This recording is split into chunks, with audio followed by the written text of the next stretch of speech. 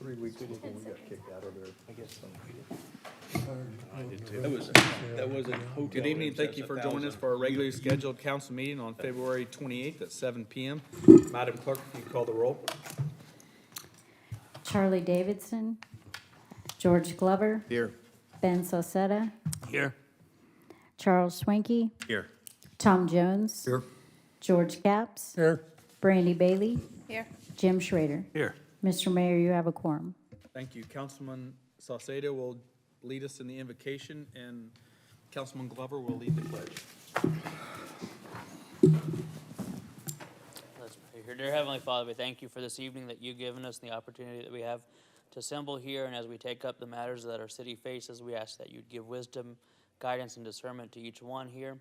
Lord, we are thankful for the opportunity that we have there to serve the citizens of Park City. And we'd ask that you would give wisdom in the decisions that we make. Be with our police officers here. Protect them as they protect us. Keep them safe, their families, and our first responders. Bless tonight, we ask in Jesus' name. Amen. I pledge allegiance to the flag of the United States of America and to the republic for which it stands, one nation, under God, indivisible, with liberty and justice for all. Thank you. May be seated. Okay, first for approval of the agenda, Ben. Yeah, I'd make a motion that we, now I'm getting back over here for whatever reason it's not pulling up, that we approve the agenda with adding at the end an executive session for, I'm going to need help on this consultation with counsel or with legal counsel in matters regarding contracts with the City of Bel Air. So I'd like to add that as the last item to the So, item agenda. 10. Yes.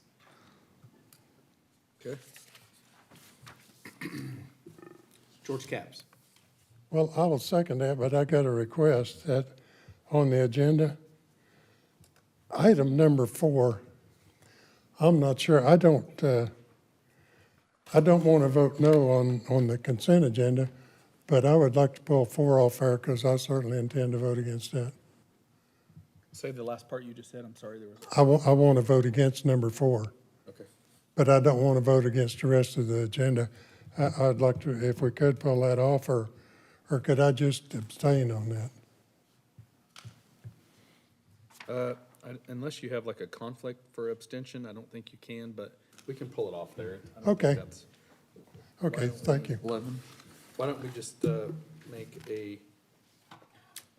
we'll just move item 4 as new business. So just move the new business part up below 3. Or is that 2?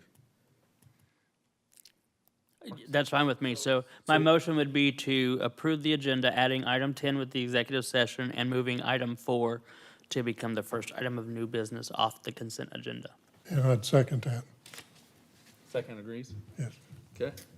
All right, we have a motion and a second. All in favor? Aye. All opposed? Motion passes 7-0. Nobody signed up for public forum tonight. Staff reports. Sean. Good evening, Mayor and Council. Several things to update you. First, a couple months ago, Park City applied for the Kansas State Revolving Fund to be included in the FY23 Intended Use Plan, which is the IUP for short, for the Kansas Water Pollution Control Revolving Loan Program. That's just a fancy way of saying the state-sponsored support in the form of lower interest rate loans, as well as loan forgiveness. The application for Park City was submitted for a total of $10 million as our portion of the CCUA sewer plant expansion. As did Bel Air, they also submitted an application for $10 million, so it totals $20 million between the two cities. Both cities, good news to report is both cities were included in the amendment, but also Park City was slated for an estimated $1 million in loan forgiveness. So in other words, if we do get $10 million in the state revolving, we're looking at actually only having to repay $9 million. So that's very good news for for Park City. Second is just an update on 1915 Fairchild. Council has asked about that a couple times. Council was briefed the last month that there was a new home builder that was interested in helping the owners of the property work through probate so that they could eventually buy and renovate the property. That buyer continues to make good on the promises and has provided the probate attorney with all the necessary documents as well as securing the title work for the property. We've told them as long as there is steady progress each month, that it is more advantageous to work with them rather than actually have the building demolished. To that point, we're letting them go on for another month. And again, as a reminder for council, all the windows and doors have been boarded up and the electrical service pulled, so it's not a safety factor in the neighborhood as we speak. The third is a reminder, Sedgwick County is hosting a very unique ribbon-cutting ceremony at the Sedgwick County Fire Headquarters on March 4th at 10 a.m. That's this coming weekend at 10 a.m. They've recently installed an outdoor warning siren, which has been identified as the oldest continually serving Thunderbolt air raid siren in the world. The air raid siren was installed at Kellogg and Rock Road first back in 1953, where it sat for nearly 70 years. For its 70th birthday, they took it down, they completely refurbished it, and then reinstalled it at Station 32 here in Park City, where it will continue to serve in its new retirement home. The ceremony is going to be a very special occasion. Apparently, they have the family members of two of the individuals originally responsible for installing it and securing it and all that coming in, flying in for the ceremony. So everybody's encouraged to attend that ceremony. Again, it'll be Saturday, March 4th at 10 a.m. Another reminder is on March 11th, Park City will be hosting the Sedgwick County Association of Cities meeting, SCAC. The guest speaker is from the Kansas Bureau of Investigations, as well as there will be a short presentation on Park Center as well as Champtown. Right now, that location is to be determined. It possibly could be at the new Winds Lodge Hotel by the casino or here at City Hall, but that determination will be made a little bit closer to the date of the actual event. So, And Sean, I'm sorry, I forgot to tell you, the director of the KBI had to cancel. He had a scheduling conflict, so he's Okay. not gonna make it, but Sheriff Easter has confirmed. very good, very good. The fifth item tonight is regarding an email I sent to the council earlier, and it was about redistricting and the 5 proposals or options that were created by the Sedgwick County GIS office. At the dais, there is a printout of the 5 plans and one that shows just the current wards and how those are set up. Redistricting will be included on the next council agenda, but I just wanted to make certain that you both had an electronic copy as well as a larger paper copy. It's 11 by 17, that's the largest printed copy we have. And actually, staff will post all the plans to the city's website to give the residents a chance to study the various plans as well. 6 is an update on 69th Street. We had a pre-construction meeting that was held this morning at 10 o'clock. Construction is scheduled to start next Tuesday, and it is anticipated to take 29 working days, factoring in weather, so that means somewhere around mid to late April that it should be completed. And then finally, I'm certain you're all aware that there was a press release earlier today that Boyd Gaming submitted an application to the Kansas Racing and Gaming Commission to operate a new historical horse racing, or HHR, gaming facility here in Park City. The proposal is for a $160 million gaming entertainment destination with a casino floor of over 1,000 HHR units, a world-class steakhouse, a FanDuel-themed sports bar and grill, a meeting and convention space, as well as Kansas's first Amazon Go store. The project will be built with 100% private financing. No incentives have been requested. They anticipate creating 600 jobs and generating approximately $90 million per year in additional economic activity throughout South Central Kansas region. Additionally, they've committed to donating more than $1 million annually to local nonprofits that provide health care and educational services to veterans. The applications were due apparently today at 4:30. And we are not certain if there were any others submitted on behalf for Sedgwick County or Park City. We have not been able to confirm that with the Kansas Racing and Gaming Commissions. It is anticipated, though, if more than one application was turned in, that the state will take somewhere around 30 days to review the applications and then schedule a public hearing to be held somewhere in the April-May time period, and then award a licensing for Sedgwick County somewhere in the June-July time period. That's all I have.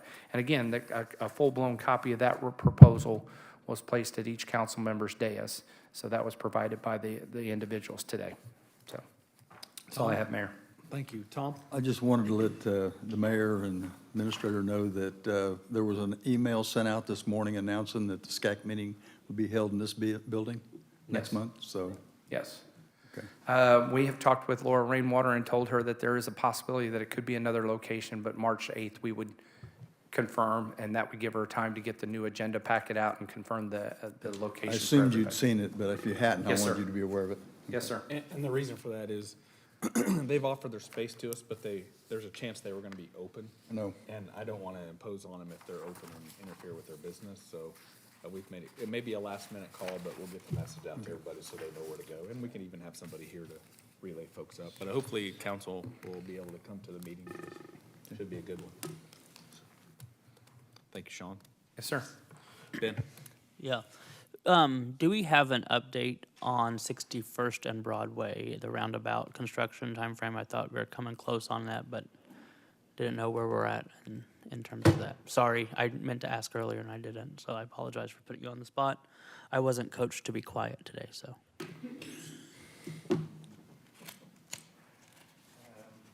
I don't know how to respond to that one, sir. Well, we can check on that and, Okay, if it doesn't, if we can get an update at some point, that'd be great.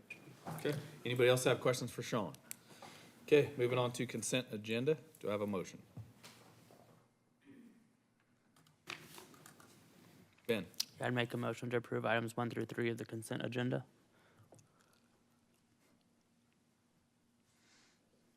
George Glover? And I'll second that. Thank you, George. Okay, we have a motion by Ben, seconded by George Glover. All in favor? Aye. All opposed?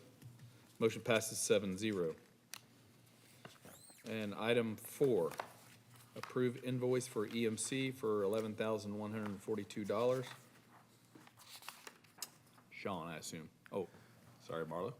Okay, I'll try to explain this the best I can. Every year, on April 1st, we approve a proposal for our annual insurance, and we pay it in one lump sum.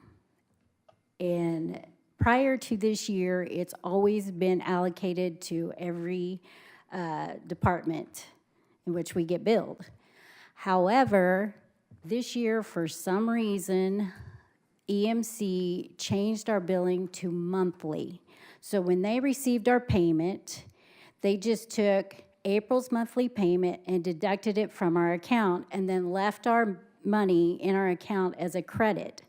So every month, when they generated a bill for the city, they just deducted it out of our bank, our account that was credit, and went from there every month. However, from June 1st to October, we added 5 new vehicles during that time. In the past, the former secretary or our representative, she would send us an invoice for the premiums of the new vehicles, and we'd pay them whenever we added them.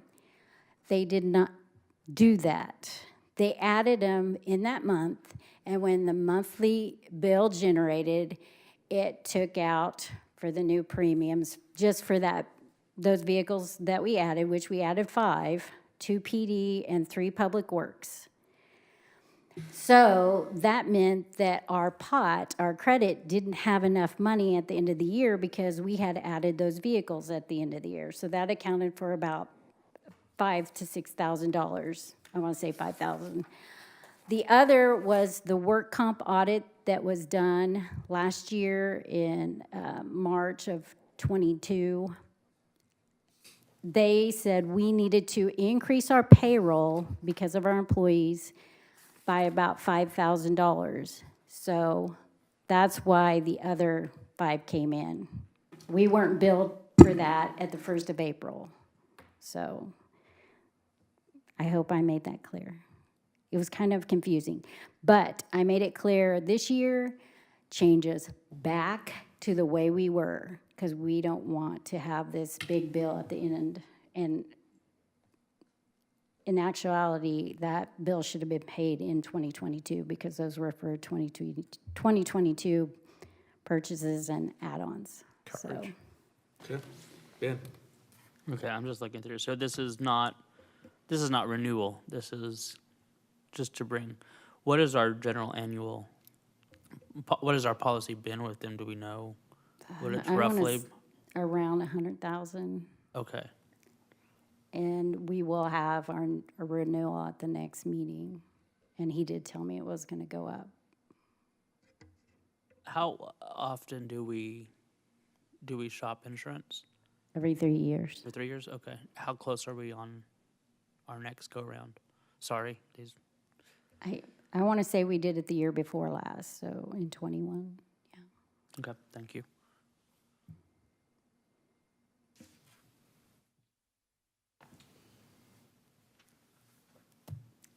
How you have any motions?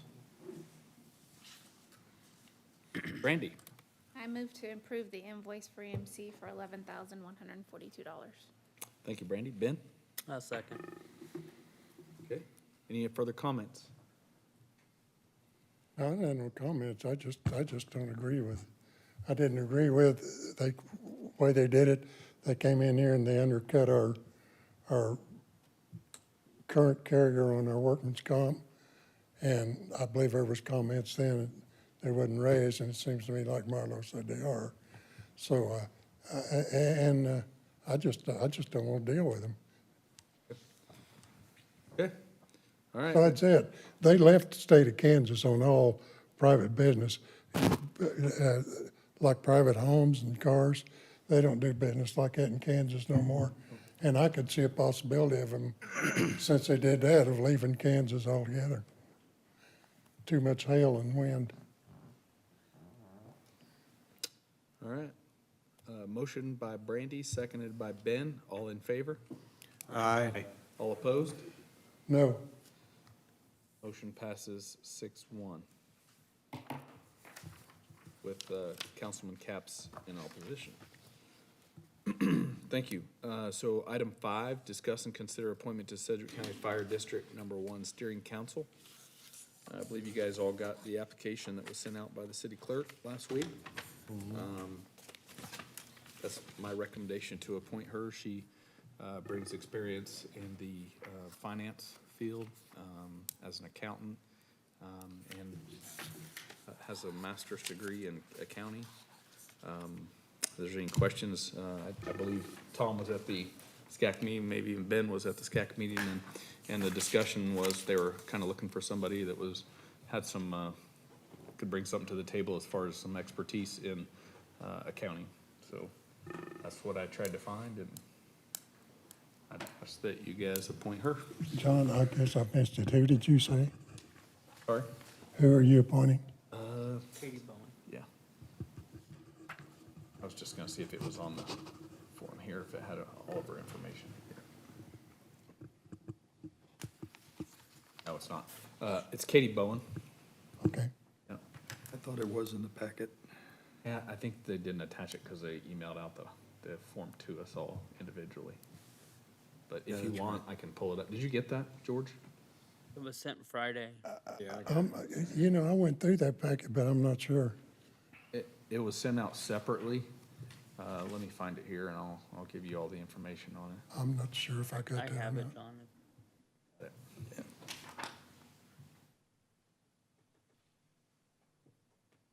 Yeah, it was right two in front of the packet. Well, it was Friday afternoon. Oh, mine's not pulling up, sorry. Ben, go ahead if you've got it. Yeah, so, she's currently involved with Girl Scouts. She's a troop leader, Bear Hill, HOA treasurer. She has worked in the accounting field since January 2000, and prior employment includes BKD, Key Construction, and Qualified Plan Solutions.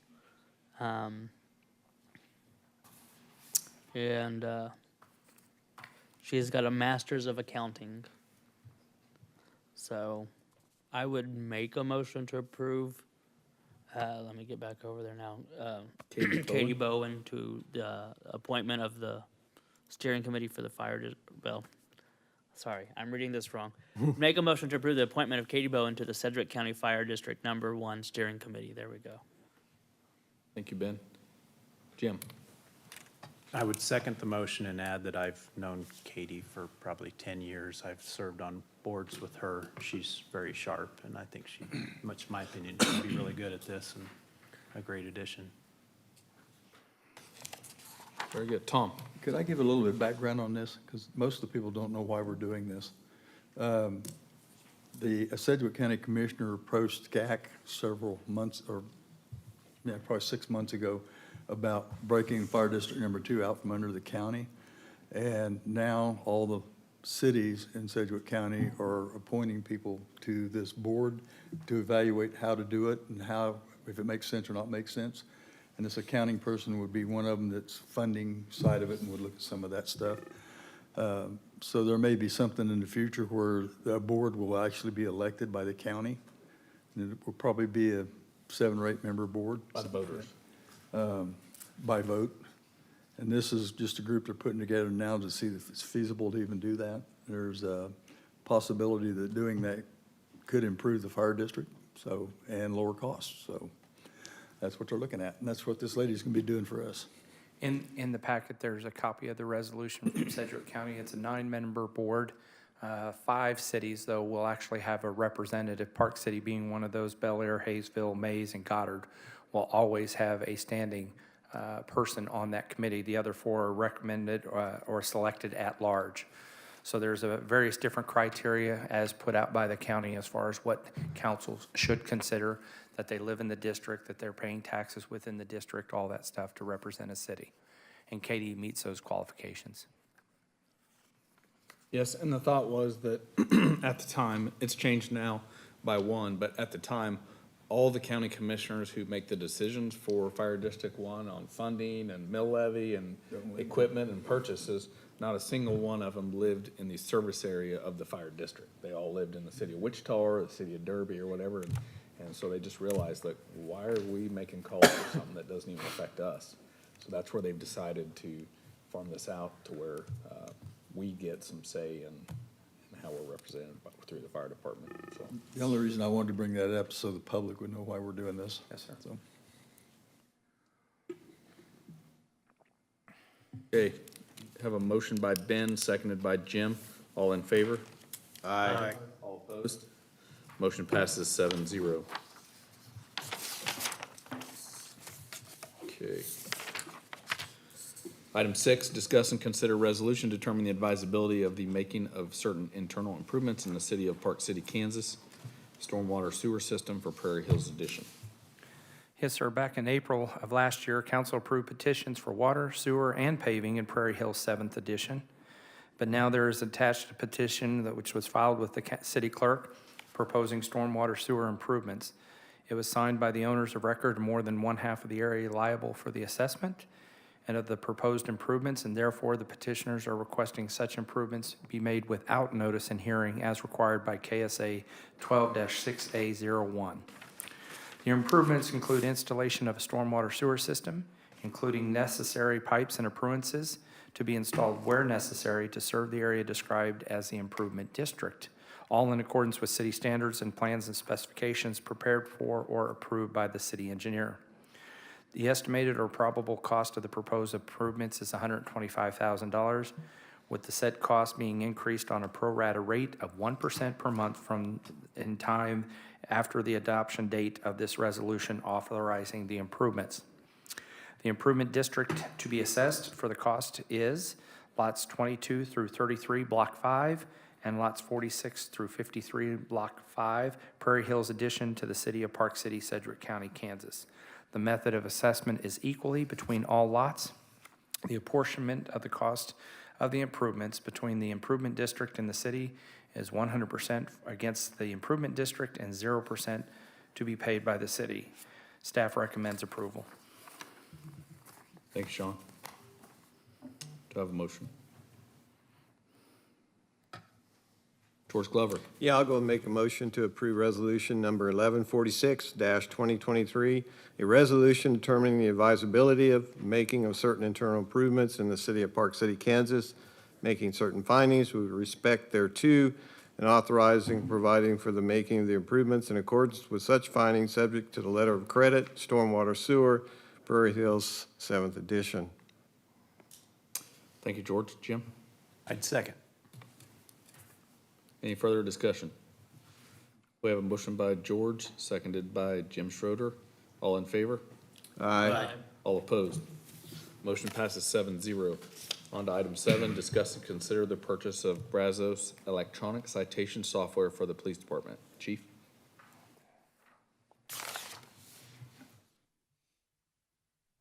Mayor, council members, the police department is in the process currently of transitioning to a new records management system. Thank you, sir. We're in the process of transitioning to a new records management system that's provided by Sedgwick County. The county offered this to all of the municipalities in the county at no charge. There are a lot of advantages to this records management system. It'll allow us to share a lot of data. And not only that, but it's saved us a lot of money by not having to pay for a records management system. We currently use an electronic ticketing system known as DigiTicket. We've used for the last several years.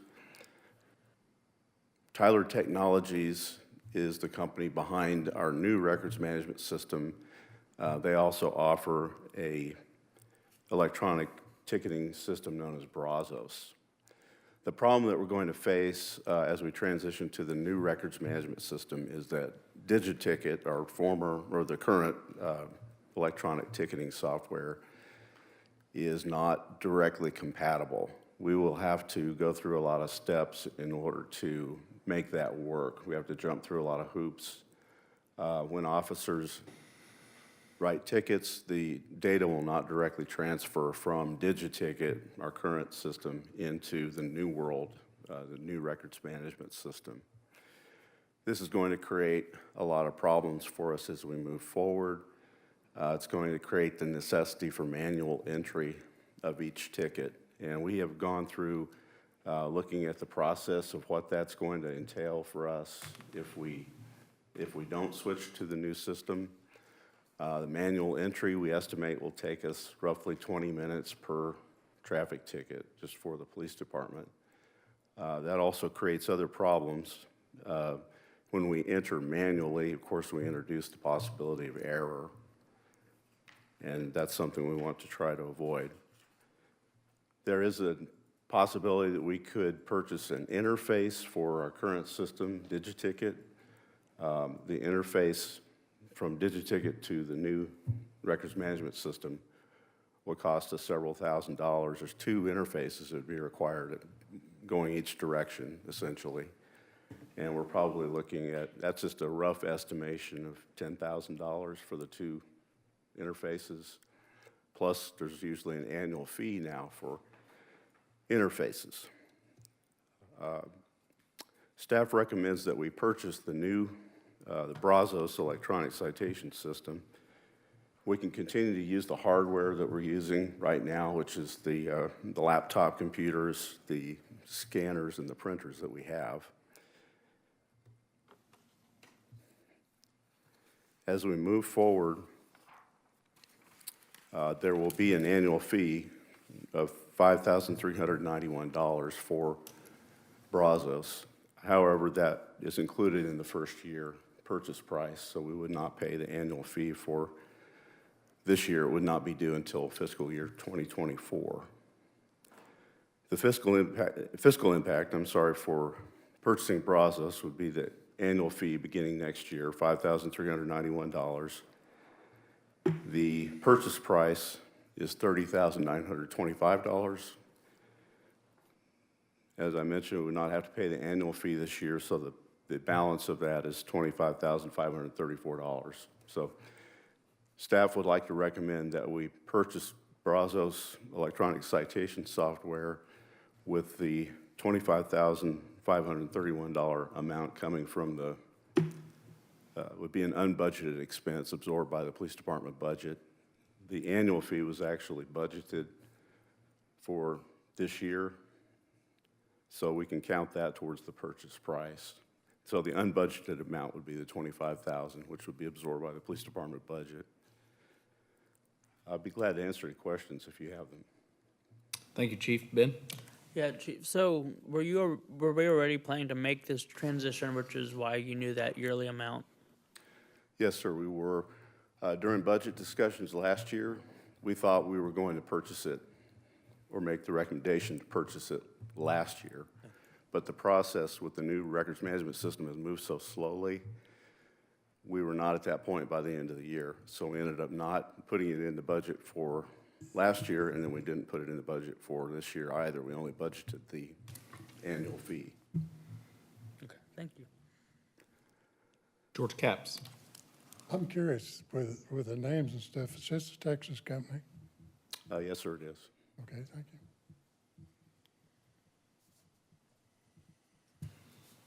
you. Okay, I'd entertain a motion. Jim Schroeder. I'd move to approve and authorize the mayor to execute a one-year contract for the purchase of Brazos electronic citation software from Tyler Technologies in the amount of $30,925 to be paid out of the General Fund Police Department. Okay, Ben? Second. Okay, we have a motion by Jim Schroeder, seconded by Ben Salceda. All in favor? Aye. All opposed? Thank you. Motion passes 7-0. Thank you, Chief. Moving to item 8, discuss and consider approval of a driveway improvement plan. Sean? Yes, sir. Long considered the heart of Park City, the neighborhood commonly referred to as the Horseshoe has been an integral part of Park City's rich history and culture. Built primarily between 1950 and 1954, the single-family residential homes were built along narrow streets as part of a Park City improvement district. Over the years, smaller homes with single-car driveways and narrow streets have presented some challenges regarding neighborhood parking, as well as access for emergency response and trash collection vehicles. At the request of council, staff is proposing a program to assist property owners as well as make the neighborhoods more easily accessible to emergency and trash collection vehicles based on property ownership and allowable expenses. Staff's recommendations include a cost share program where the property owners share with the city 50-50 up to $3,000 for the removal of an existing driveway and construction of a two-car concrete driveway approach. And when I say a two-car concrete driveway and approach, that's a driveway that allows two cars to be in it, not side by side, but at least accommodates two cars. There was some confusion by somebody saying, are we building something wider, not as deep, but all approaches and driveways are to be installed in accordance with the city standards and plan specifications prepared or approved by the city engineer. The city's participation is limited to driveway and approaches up to 18 feet wide and 25 feet deep minus driveway aprons. The property owner is 100% responsible for the cost of any additional work completed at the time beyond the limits of the program.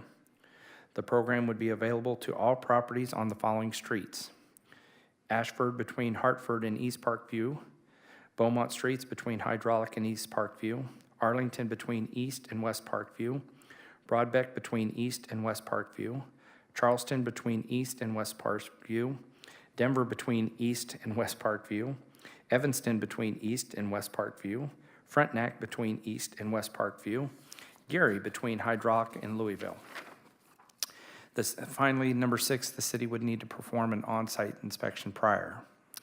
This request is unbudgeted, but for council's information, the FY23 budgeted amount for all homeowner incentives is $125,000. And previously, the exterior grant program was allocated $50,000, the exterior paint program was allocated $10,000, and the home buyers incentive program was allocated $65,000. So that's all $125,000. With there only being 2 months into the year, we do not have accurate numbers to say which program is what I would consider successful for the year 2023. We're just now starting.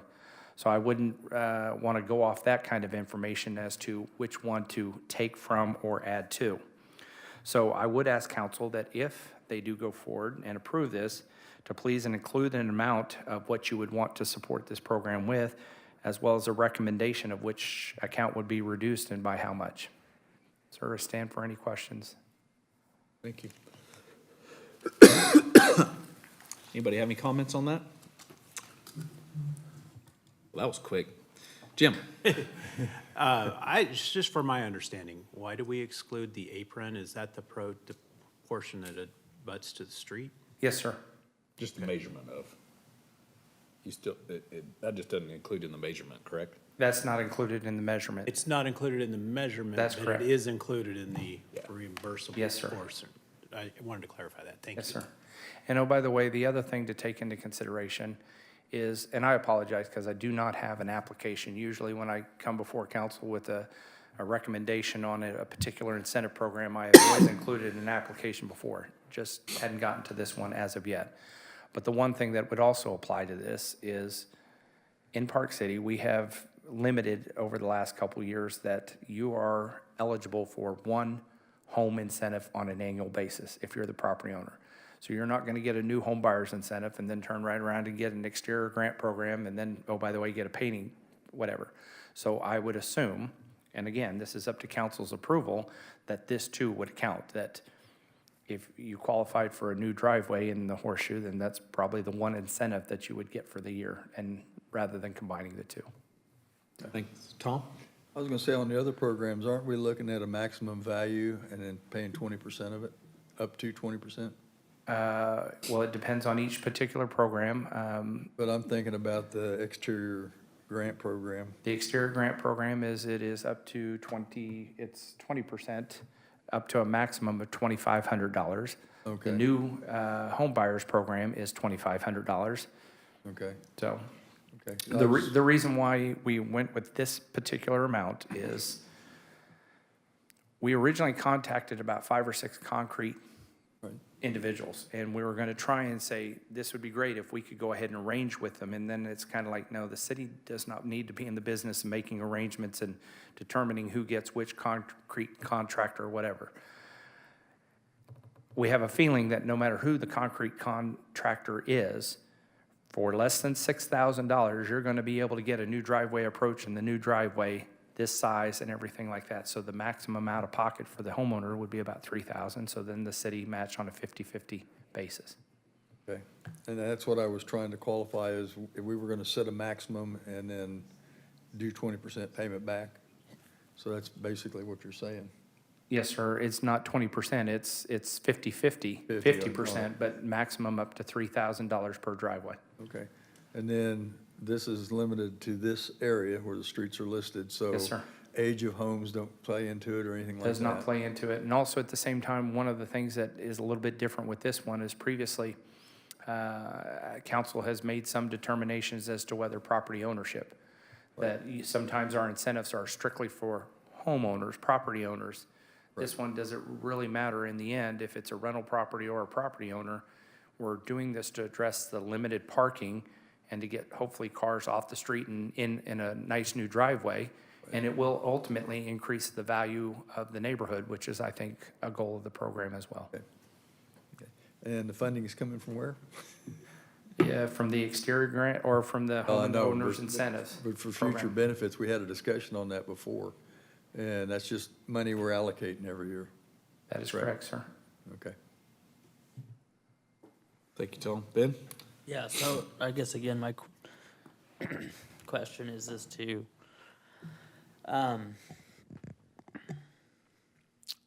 number of applicants, in a year, if we're gonna limit that, because then this would maybe go to the main point of, are we going to include rental properties or just strictly homeowners?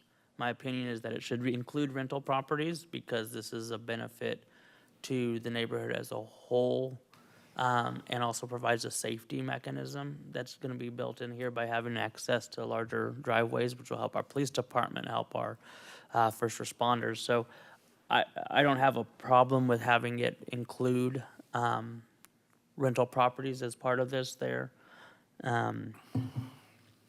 That said, is it, you know, there, again, this one not having not having anything specifically drawn up, is it just one a year, you know, that we look at? If rental property, people say, hey, we want to take care of 5 of our rental, and I don't know if we have people in this area that own 5 rental properties. I'm just throwing out a number.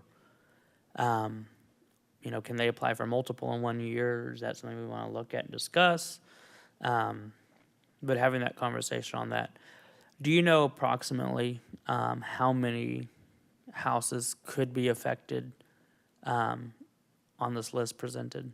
No, sir. Do not. Okay, because this one would obviously be this program within it is specific in scope.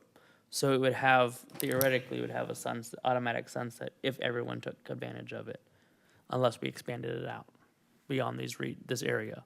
Whereas our other ones, there's no real, Correct. we have however many households. So I guess my reason for questioning the number of houses is that would give us an idea of how many max we're looking at putting out Like, over a 5-year period. that's tough to say because just on Arlington and Broadbeck alone, there is at least 25 to 30 houses per each individual street.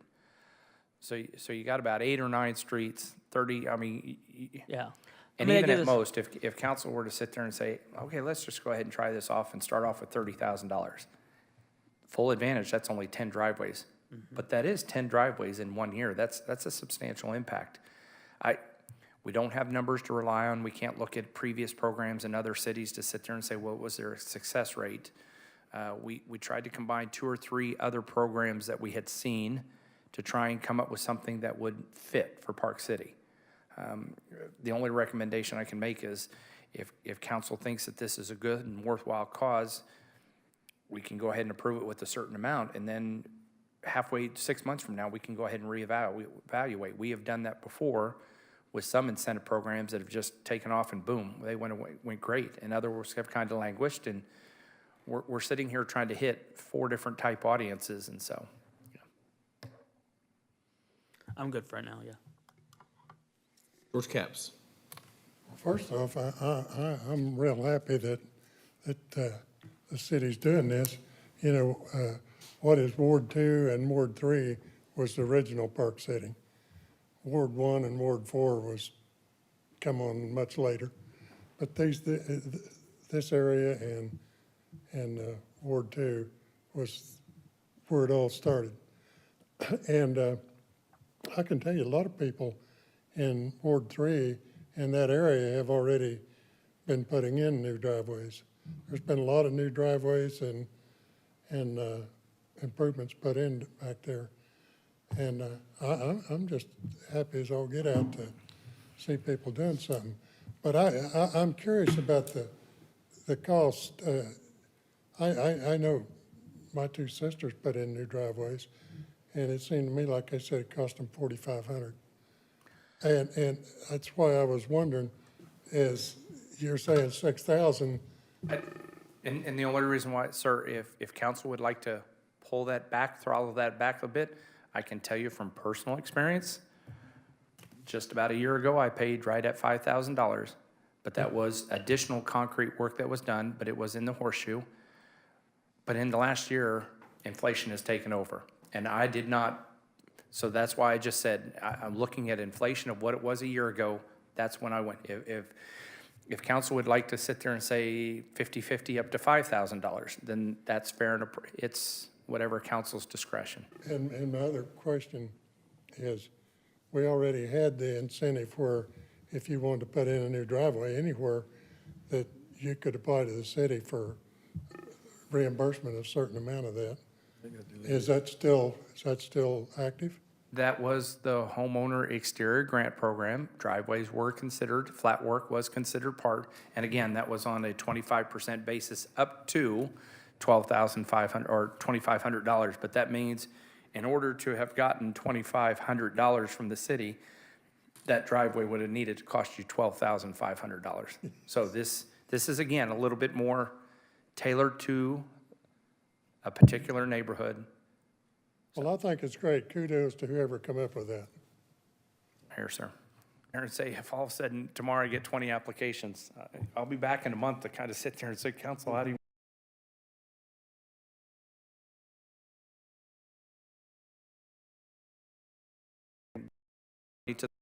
Later on. So we're gonna look and see. He has in the bunch, but he was number 19 in his application. It was on first come, first served. All the other applications come first served, and everybody knows that when you we're out of, well then, That's fine. I just wanted to get clarification. And then, funding, I would recommend, maybe moving 10,000 from the exterior grant program and moving 11,000 out of the home buyers and city program, and then that covers 7 to begin with. And then we could go from there as we see if we get good guidance.